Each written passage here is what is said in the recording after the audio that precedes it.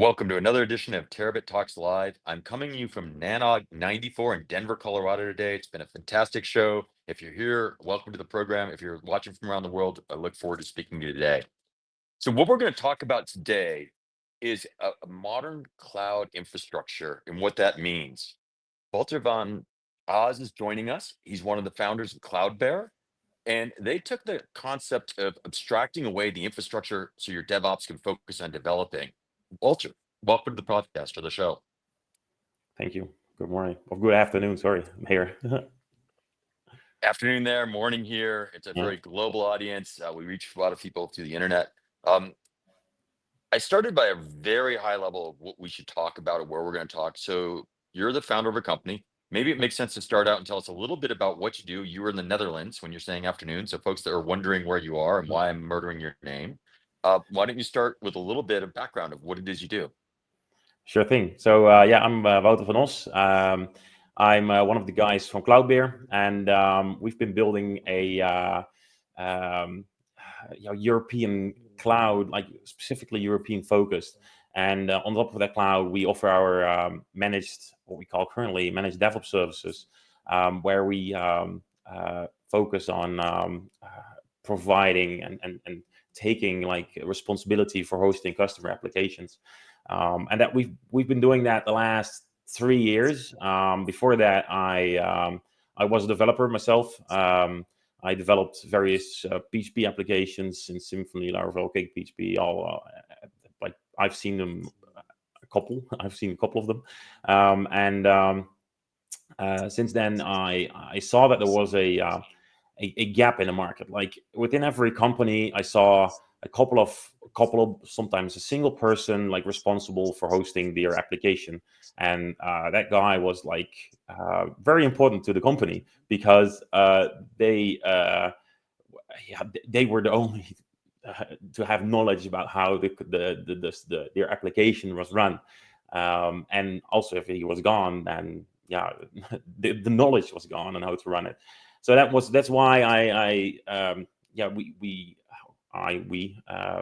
eventually formed this company in the way it is, and that we like take full responsibility for hosting our customers' applications. And we don't like put them on a separate cloud somewhere. No, like if something is wrong or if something is happening, they will be able to call us, and we will be able to answer them truthfully, and not like forward them to another hyperscaler or cloud or whatever. So yeah, that's I think in a quick way how it came to be. All right, so the lot to unpack in your Oh, opening here definitely, yeah. because you gave a lot of different directions. The first thing you started with is you mentioned that you are, excuse me, I dropped my headphone. You're a European focus. Yeah. What is unique in the European market that makes you have to say you're European focused? Because the cloud reaches the world. So what's unique about your location or the latency, or what's the advantage of being European focused? Um, what's the that's it, it's like both in terms of law, for companies within the EU, it's like easier to work with other European companies. That's a main reason, but it's also it's also for us because we are able to iterate faster because we have a local available cloud. And for companies that might be interesting because um, like the latency will be faster, but we are also able to easier connect to other companies, to other networks. So it has various advantages. And one of the things that I also saw, like all the clouds that we have currently are provided by, or not all, but a lot of them are provided by American companies. And I think there is some space in the European market as well for some Dutch and European alternatives. So data sovereignty, that kind of focus, you said there's regulation that keep you there. Um, Yeah. when you started the company, you mentioned that there's one resource or someone that generally knows the app, and you guys Yeah. abstract that away and do that. Yeah. What does that exactly mean for a developer? Because if the developer doesn't know what's going on, is that a problem? Um, Like they don't have transparency now, right? So you're moving up to the cloud, or do they have transparency to what's happening in the network? uh, they They do have a transparency to a certain degree. Like one of the things that also I think set us apart is that we give them a lot of transparency into their application and also into their network, or at least in their private network. So for example, they are able to sign into our monitoring, which shows all kinds of metrics and graphs, and that we carefully select them to that they are able to like see how their application behaves, how their network behaves, and so on. So it's we try to keep a good line between what they are able to see and what they need to see, and what we abstract away, what we think is not relevant to them. And even if they, for whatever reason, think, the developers, that they need to see something, then we are also able to show them. But we try to keep the information relevant to them. And and so what is the onboarding or user experience for someone that wants to take and put their app up into, let's say, Cloudbear? How does that work? Is this automated, or are they working with someone on your team to help set this up? They work with someone from our team. Like from our team will work with them to onboard the application into our platform. It you, it, depending on how it's developed initially, requires some changes. Like we, for example, are very cloud native, so we have various requirements that the application um, has to implement in a certain way, that we support scaling it up, for example, as well, because that's one thing that the platform by default supports, is scaling up, and that's something applications need to like work with and implement properly. So we will like physically come to your place. That's why we are currently focused on the Netherlands. But if remotely, then we'll call in. But we will work with the team of developers that the customer has, for example, to implement those requirements into the application, and then we'll be able to onboard them. We provide them with a template file for how the environment is managed. So if the developers want to change something small, the developers will have the ability to do something themselves without reaching out to us. So the developers also really have the power to make certain changes, so they don't need to wait for us, for example. Okay, so we got kind of the big picture from the onboarding experience, but we don't know what they're onboarding. Maybe a little bit about your technology and what you chose to do that maybe gives you the capability to. You said you're cloud based, or there's some cloud element to it. Yeah. You want to give us a little bit of color about what makes this work? Sure thing. Like from the first like the most high layer is our platform. We are building a platform that allows that translates customer requirements into cloud native requirements, and that's specifically we've built everything on Kubernetes, so that our platform translates the customer requirements to Kubernetes in this case, and all the apps and so on are based on Kubernetes. So that's also one of the things that we, as an onboarding, try to do, is make it work in Kubernetes, because Kubernetes does have some requirements, and we'll sit together with the customer to make that work. So it's our platform that talks to Kubernetes, and from Kubernetes on, we've built the cloud platform, which is based on yeah internally, we are currently working with OpenStack, and that's integrated with our like most with our lowest layer, and that's the network that's based on Nokia. So you've got a Kubernetes stack that's on this network by Nokia, and it's a multi-tenant environment. How does that work for you? What are some of the pros and cons of building this kind of infrastructure in that multi-tenant environment? Um, yeah, like the infrastructure is indeed fully like multi-tenant. We are able to we don't use like ordinary VLANs in that sense to separate those customers. We use EVPN VXLAN so that we are more easily able to deploy new customers in our environment. So, for example, we don't need to configure all the switches with new VLANs and so on.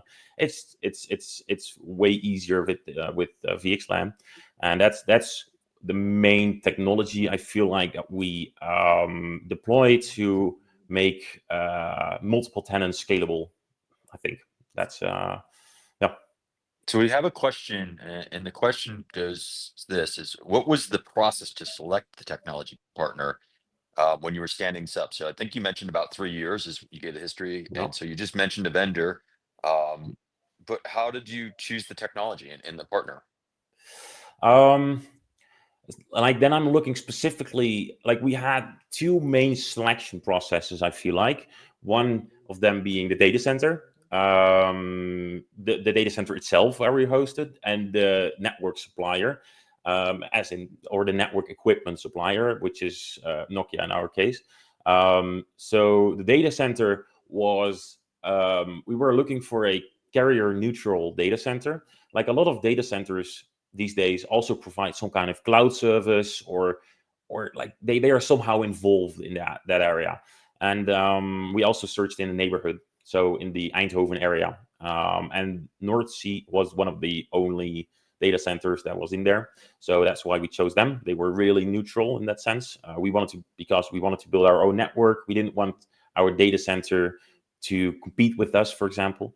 So that was the main reason for the data center. And then we have Nokia for our network. That was because we've we felt like we were hurt by Nokia. Like we've had discussions with Juniper, for example, with all kinds of like network suppliers, but we didn't feel a touch there. Like and one of the things is also Nokia was European based as well. That really triggered us to go in that route, and because you were able to offer the right hardware for our use cases, because we've now some SRS routers as well as our Linux devices, switches in the network that at the time and still are like suit our use cases.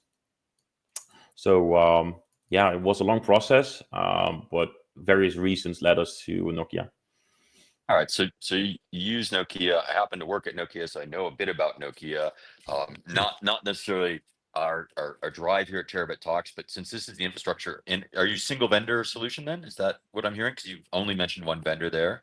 So and you said you had Yeah, we your do have some vendors in the network as well, but it's uh it is mainly like we've been before we were building the cloud. We had some hardware as well, so that's like grandfathered in most of the time. So yeah. in our pre-conversation prior to the call, we talked a little bit about Kubernetes. You talked a little bit about the cloud nature, and I guess one of the questions that someone's asking, because they apparently know Nokia well, maybe it's one of my colleagues asking the question, is was open source an important criteria for you, and does that play into your architecture? Yes, yes, very much. Like we've had various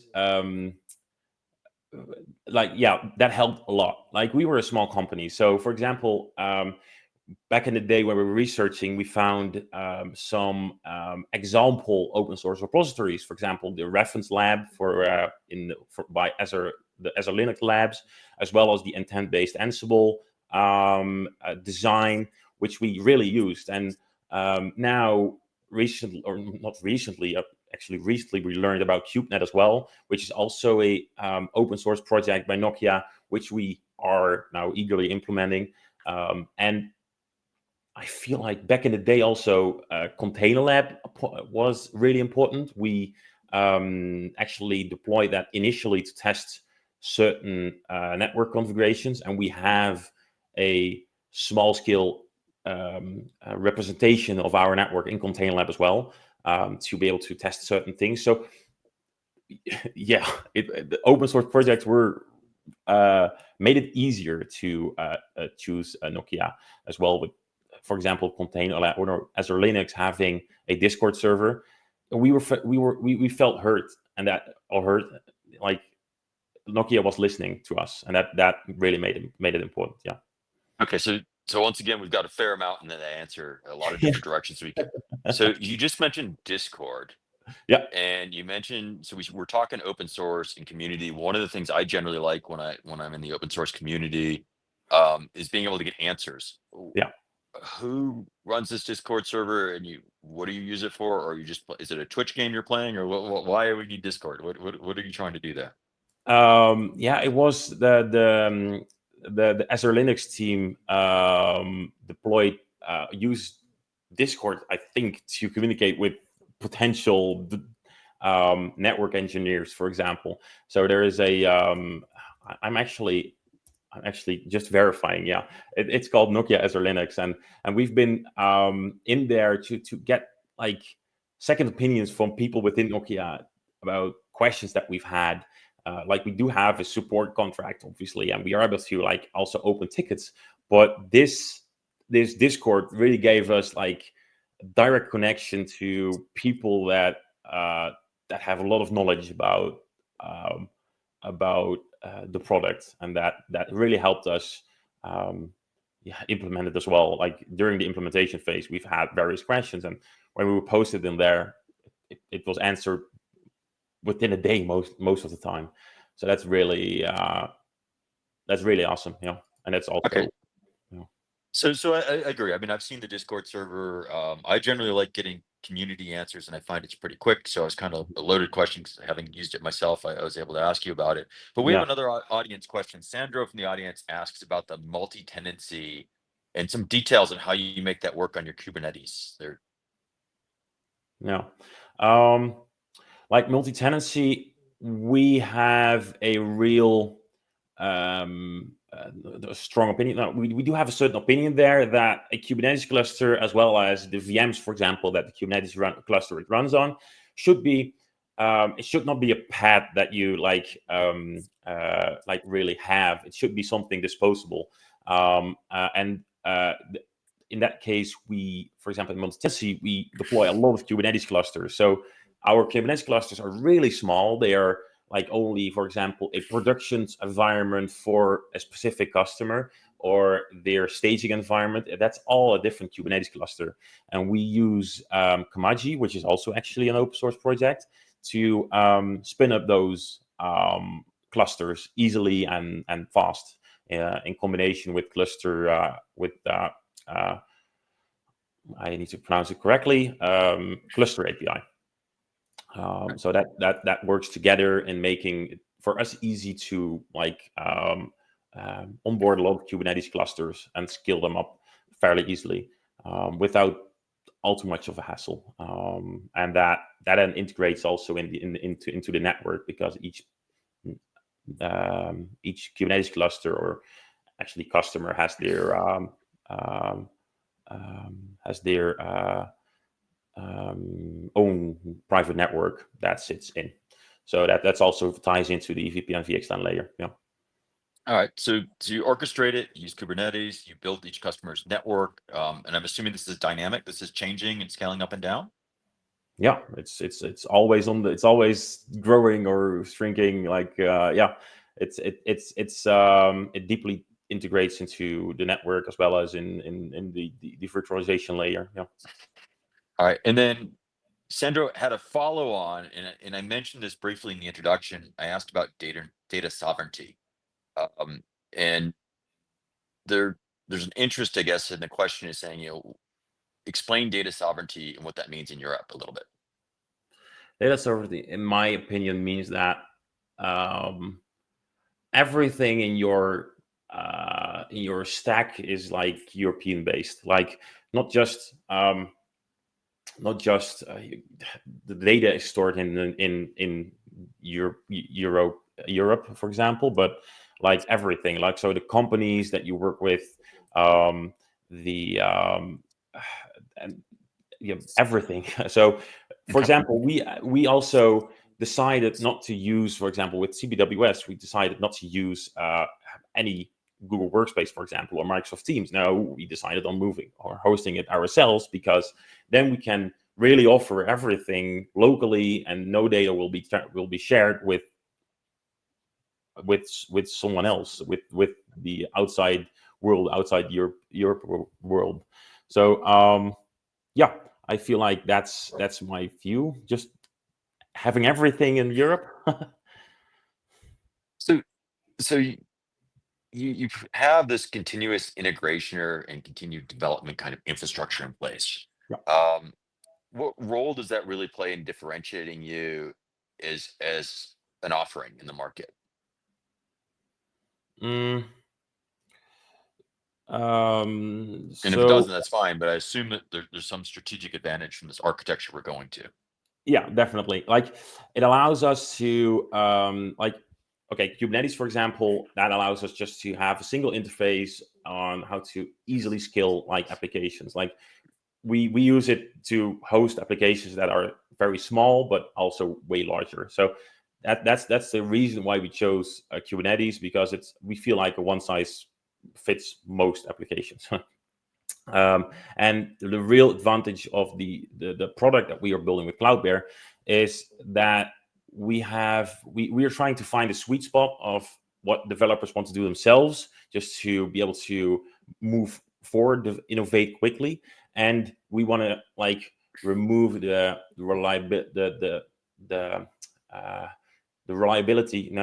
We want to move the importance of innovating the infrastructure to us. So we are innovating the infrastructure. For example, one of the things we recently introduced with the customer of ours is FrankenPHP, which is some kind of web server, not really important.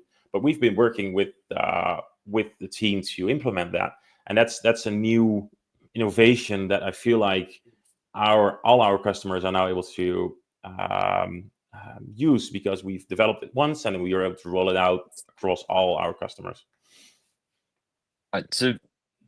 So I think also, one of the more things that you've said before is, as you abstract this away, or let your developers focus on what they develop, is kind of, I think, how your marketing people might say Mhm. what you do. Um, are there other things in the infrastructure consideration that you put in place that help do that, or is it just totally transparent to the customer? They just don't know. They put their app up, like you talked about this web app. They What do they need to know about the infrastructure? Um, they don't need to know anything in terms of the infrastructure. Like that's the beauty of it. It should just work. But if they do want to know, then we are able to show them everything. They're like one of the things we also are working towards is being able to for example, trace, so that they are able to see how the request comes into the infrastructure and it goes through the infrastructure.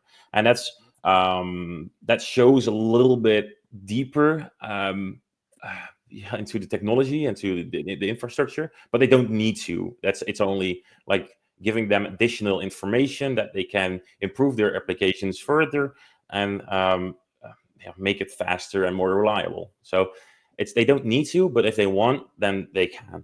You All right. So did you have to develop tools to do this along the way as you're doing, to be looking inside, or Yeah. were the tools included to what you needed to do that, for like instrumentation or observability, what you just talked about?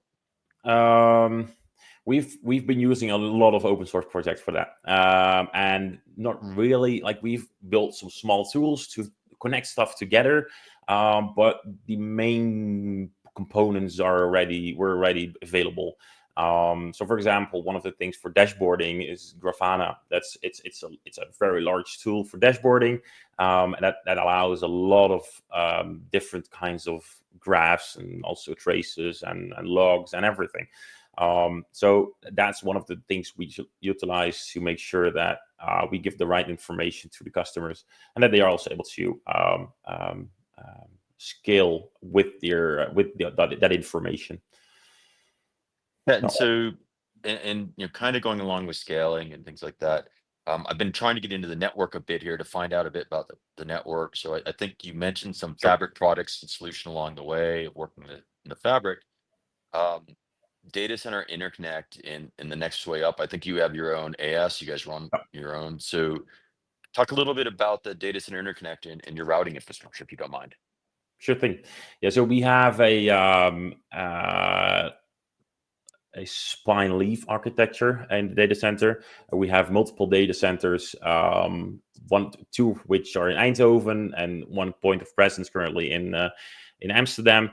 and our Nokia routers are in both data centers in Eindhoven, and it's the importance of having this ourselves is again that we are able to, if there is an issue, then we will be able to investigate ourselves and also inform the customer about the issue ourselves. So we've had cases in the past where, for example, we had some routing issues, or we had some like some challenges with other cloud providers, and then we had to say, okay, yeah, they are working on it, the other cloud provider, and now we're able to really like make changes ourselves, ensure that the customer has their problem is solved the fastest.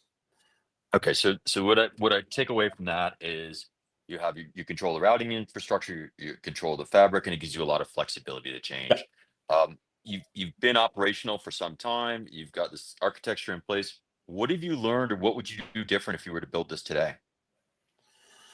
What I think in terms of architecture, not much. Like we've been scaling up slowly. In the past, our network was a single data center. Now we've been moving to double data centers. And I don't think we would change much. We would automate earlier. For example, now we've learned from KubeNet that we would love to have planned that earlier. But other than that, not really. Also, what we are currently implementing is, for example, VXLAN to the host. That's a work in progress. That's something that just takes time to implement properly, and we want to take the time as well there. But if we would do the network again, then not much. No. So you tipped on it. And we've mentioned 2 or 3 times to this conversation as we're getting closer to the end, but it's still, you talked about KubeNet and Yeah. in automation. Yeah. I can't think of, I'm here at Nanog. I go to conferences all the time, and we all talk about automating the network and where it's going. Yeah. How do you envision that working in the future? Where are you setting this up, and how tightly are you going to automate this? So how would you provision or something in the future? Would you use KubeNet, and would you go through a tool to do that, or how would you do that moving forward? Yeah, we would definitely we are definitely looking forward to KubeNet. Like we are a company that does a lot with Kubernetes, so integrating our network into or integrating the configuration of our network into Kubernetes is a real nearly a lifesaver for us in terms of the ease of like deploying new stuff. And we will be integrating that deeply into the platform, where, for example, our Kubernetes service that provisions Kubernetes clusters would talk to our KubeNet management cluster to provision certain routes or whatever. Like it's just way more flexible than the previous automation that we built based on the intent-based Ansible playbook, where some change needs to be stored somewhere. It needs to be extracted, put it into a Git repository, then deployed all over all the switches. Where now we are specifically able to target a single configuration change. So that's really awesome. Well, I I think I get where you're headed. I guess as we tie this together, um, and bring this kind of a close, so maybe you can pull this together. We went to the technology. You talked about the automation. Yeah. Um, where do you go next? Where do I see you when we talk again next year? Next year, we would have a way for our customers to onboard themselves within the cloud, be able to click around in the UI, and also have a network that's fully managed by KubeNet. Has, for example, VXLAN to our hypervisors. So it's a lot. We are not sitting still. Awesome. I want to thank you so much for taking the time to share with us in this live audience today. It's been a pleasure talking to you. Thank you so much. Thank you for having me. For our audience, we hope you. We've got some great content coming up in the future. Make sure you follow us, and we look forward to talking to you again soon. Bye for now. Bye.